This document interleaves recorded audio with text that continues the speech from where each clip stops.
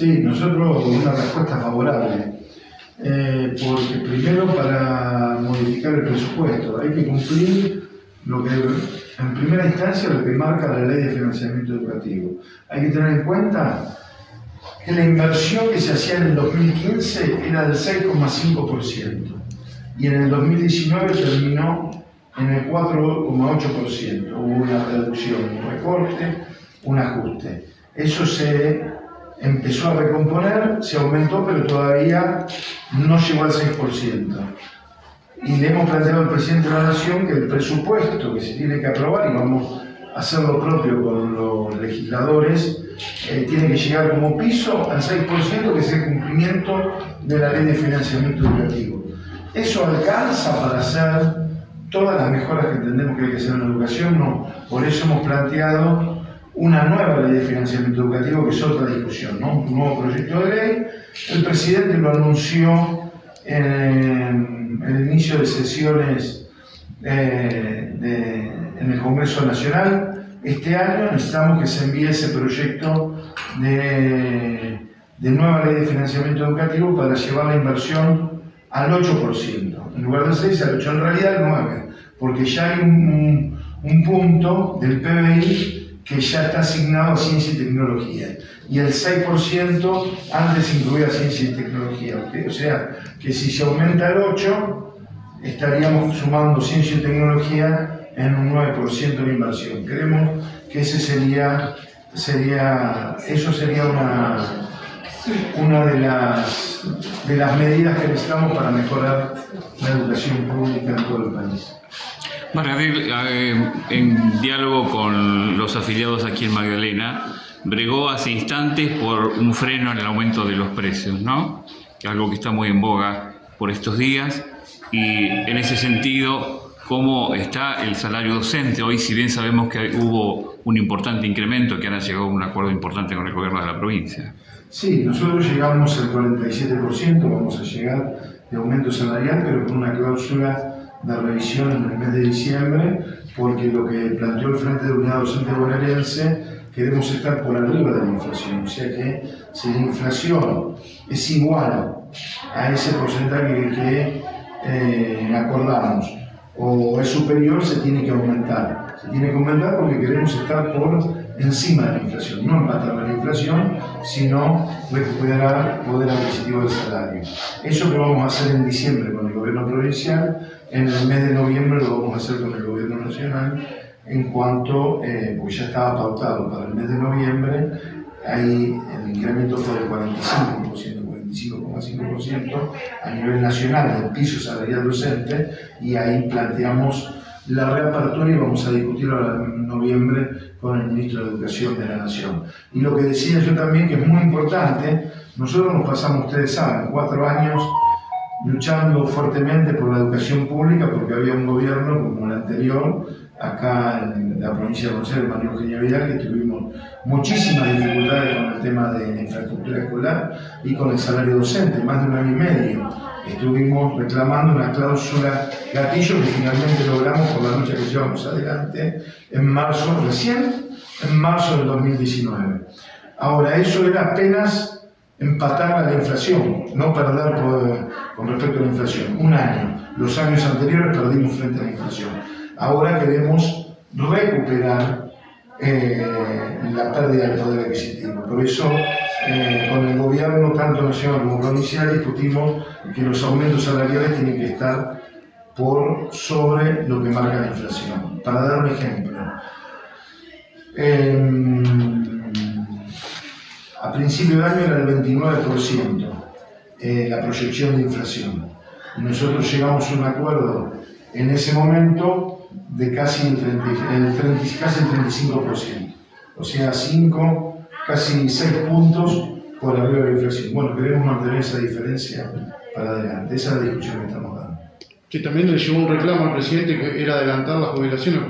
El tema de las jubilaciones, no en el caso. Están muy bien informados ustedes, no, porque no es la jubilación digo esto, ¿por qué lo digo? Porque no son las jubilaciones de los docentes de la provincia. Nosotros tenemos un esquema que es el aumento salarial de los docentes activos va al aumento salarial de los docentes jubilados de la provincia.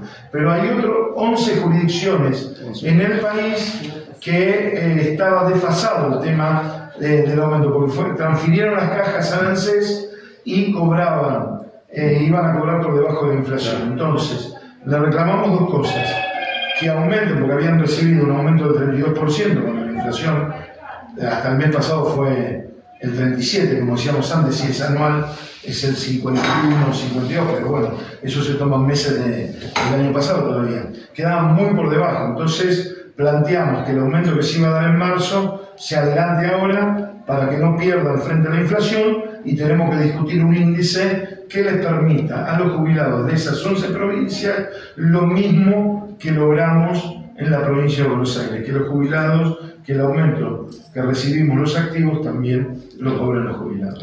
Es equitativo. Exactamente.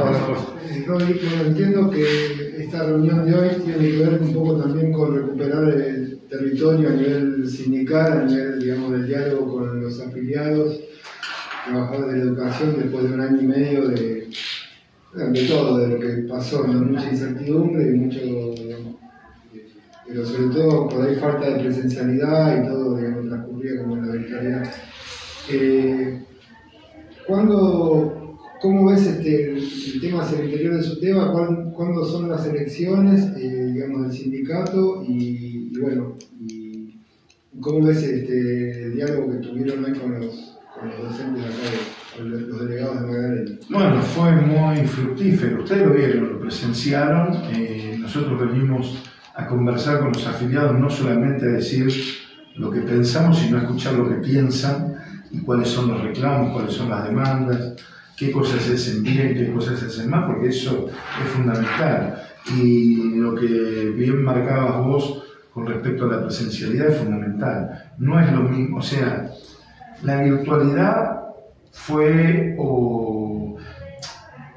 de alguna manera lo que nos permitió seguir en contacto, pero no es lo mismo en ningún orden, la presencialidad que la virtualidad. Tampoco en el tema del sistema educativo, siempre lo dijimos, la virtualidad no reemplaza a la presencialidad de ninguna manera, o la educación a distancia, pero fue una herramienta muy importante que nos permitió avanzar en un momento, en circunstancias extraordinarias. Todo lo que podamos recuperar de presencialidad es muy importante. Y eso es un ejemplo, la Escuela Secundaria 1.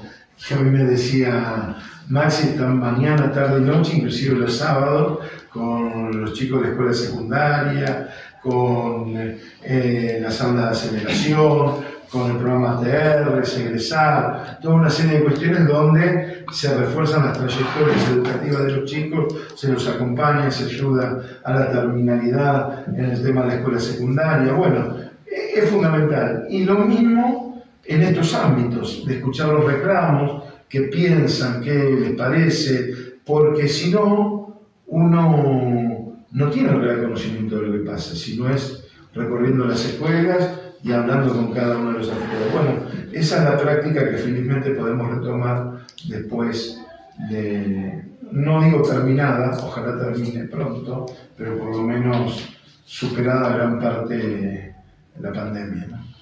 Volviendo a la territorialidad que marcaba acá el colega y que se está moviendo mucho en estos últimos meses, y también que se ha dado la noticia de que se podría empezar a dar clases los días sábados. ¿Cuál es lo que los docentes le manifiestan? No, se está dando clases los días sábados. Ya se implementó, por eso decía en la escuela secundaria 1, porque es un programa específico que acompaña las trayectorias y genera la revinculación de los chicos.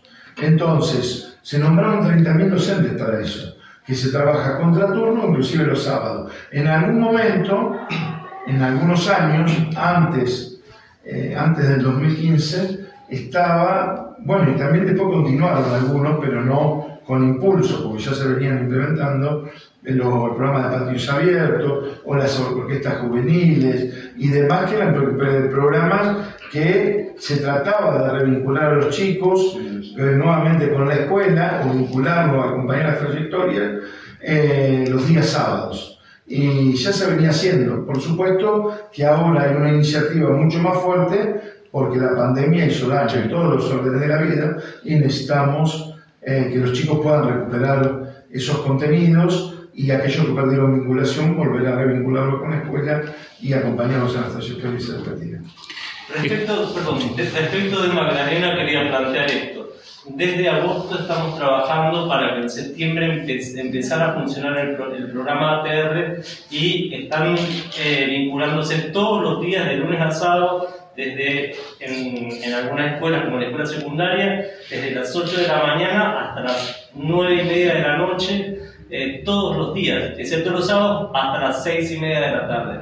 Entonces eso ha significado una gran inversión de parte del presupuesto provincial sin afectar ningún derecho de los compañeros y compañeras, porque los compañeros están trabajando de la misma manera que venimos trabajando y fueron contratados compañeros para poder desarrollar este programa que va a continuar y va a finalizar el 31 de marzo en las escuelas secundarias y en las escuelas primarias. Eso hace que volvamos a tener a la escuela con los pibes adentro, con las chicas y los chicos en la escuela. Una proyección de 30.000 docentes nuevos, sumado a la creación, que fue un reclamo histórico del Frente de Unidad Docente Bonaerense, de la cobertura de cargos de los equipos de orientación escolar, que en el caso de Magdalena me dijeron que fueron 17 cargos que se venían reclamando hace mucho tiempo. Es muy importante el trabajo de los equipos en las escuelas. Destaco una cosa, esa es la escuela que queremos, porque recién Robin decía que los sábados, hasta el 2015, los alumnos iban a patios abiertos y también a programas como orquestas y coros infantos juveniles, que el gobierno anterior a este, le dio de baja esos programas. Y programas que a veces se sostuvieron después por los docentes ad honorem, como el caso de Sandra. El Moreno. Es decir, todo tiene que ver con todo. Nosotros queremos una escuela donde los pibes y las pibas, los chicos y las chicas puedan tener futuro. Y ahí está de Pisuteva y estamos dando la pelea por eso. Pero tenemos memoria. Y tenemos memoria y sabemos que hubo políticas públicas que iban en contra de eso. Y hoy estamos nosotros apoyando estas políticas públicas que tienen que ver muy fuertemente con recuperar el derecho a la educación por parte de los chicos y chicas y sobre todo en defensa de la escuela pública como estuvimos siendo. Y una novedad para Magdalena, que van a ser seccionales. Vamos a discutir en el Congreso, que lo tenemos ahora en noviembre, tenemos el Congreso ordinario, y vamos a hacer un congreso extraordinario también, y vamos a proponer que la Junta Promotora de Magdalena se convierta en seccional el año que viene cuando convoquemos elecciones generales en el gremio. Antes de llegar a Magdalena estuvo en Punta Indio, hizo referencia también en la reunión acerca de los logros que han tenido como gremios en algunos reclamos, demandas que hicieron en el partido vecino y en Magdalena. Y se lleva por otra parte muchas inquietudes, sí, de Magdalena y seguramente también de Punta Indio. ¿Cuáles son las más destacadas? En Punta Indio, un jardín de infantes que estaba dentro de los 3.000 que anunció el gobierno anterior y no lo empezaron y lo dejaron, lo abandonaron, o sea, no se le pagó a las empresas. Me dijeron una barbaridad, 12 veces de revisión de precios porque se iban cayendo, iba aumentando la presión, no le pagaban a la empresa. Bueno, ahora se empezó a reactivar, pero yo me comuniqué con el ministro de Educación porque eso son fondos nacionales, con Jaime Persic, para decirle que necesitamos que esa reactivación se acelere para que los chicos en marzo puedan contar con el jardín de infantes. No solamente que se reactive, sino que se reactive, pero que le exijan a la empresa que tienen noviembre, octubre, mitad de octubre, noviembre, diciembre, enero y febrero es más que suficiente para terminar ese jardín de infantes. Y bueno, ahí estuvimos también en un centro de formación profesional que nos plantearon también algunas necesidades que tienen.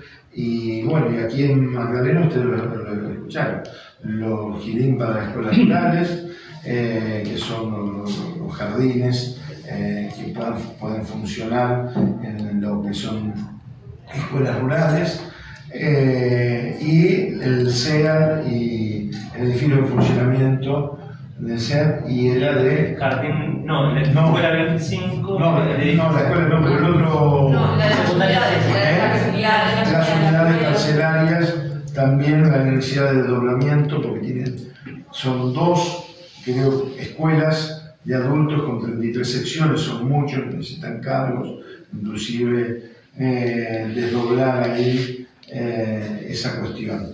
Y la escuela de educación artística. Claro, la escuela de educación artística. La educación artística no, también. Es la secundaria 7. La secundaria 7. Sí. La secundaria 7. Porque tiene orientación Con orientación artística. La escuela artística que necesitan el tema. Bueno, varios reclamos que me hicieron, yo les dejé ahí para que me envíen todos y vamos a hacer los reclamos pertinentes para ver si podemos ayudar a acelerar y que esos reclamos realmente tengan cuanto antes, ¿no? Las escuelas puedan contar con edificios nuevos, con los cargos que necesitan, porque eso va en beneficio de los chicos y las chicas. Si les parece, hacemos una más. Sí, ahora que se han dado los debates justamente por cada provincia que se vienen las elecciones, ¿cómo ve a la clase política metida en los temas de educación, que fue una de las aristas que se tocó en los debates?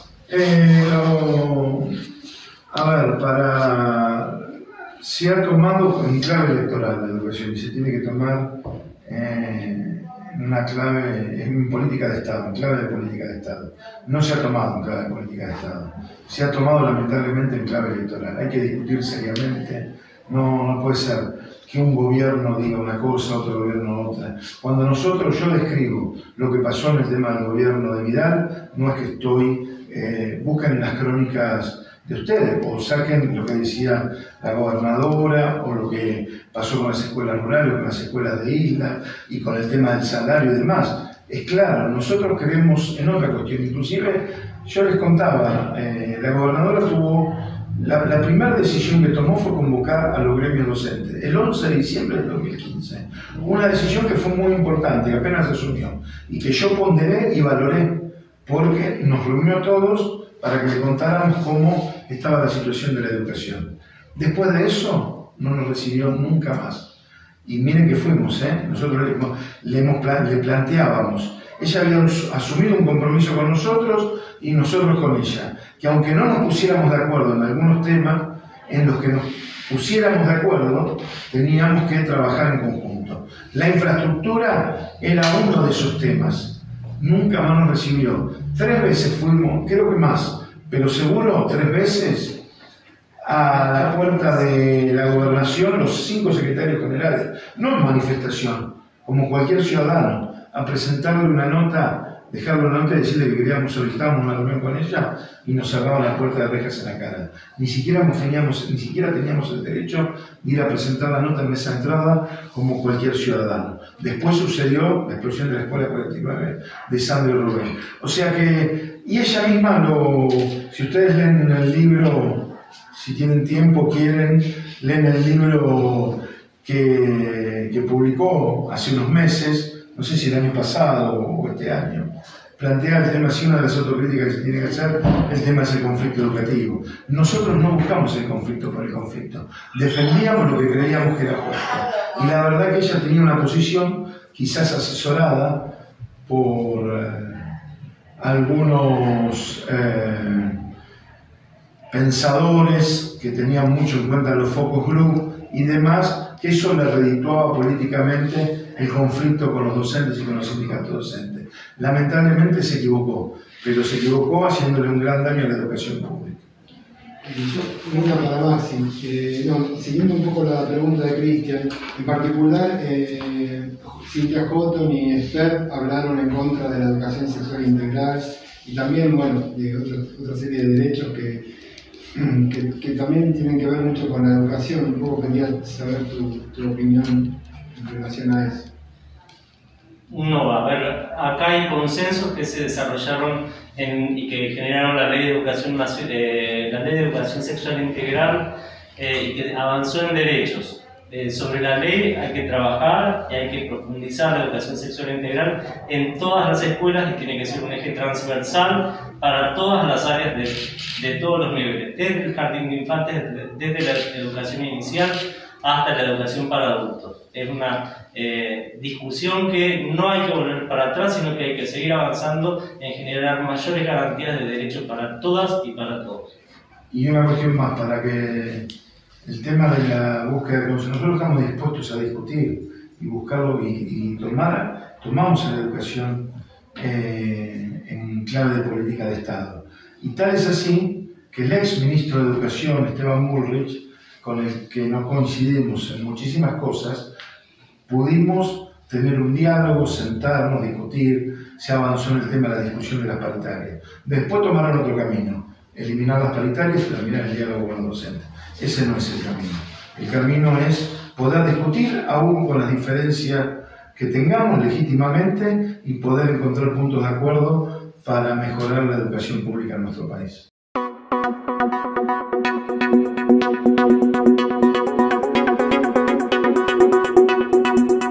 Si querés unirte a nuestro canal en YouTube, suscríbete y activa la campanita para recibir notificaciones de nuestros videos. Dale un me gusta y déjanos tu comentario. Y también seguinos en todas las redes sociales.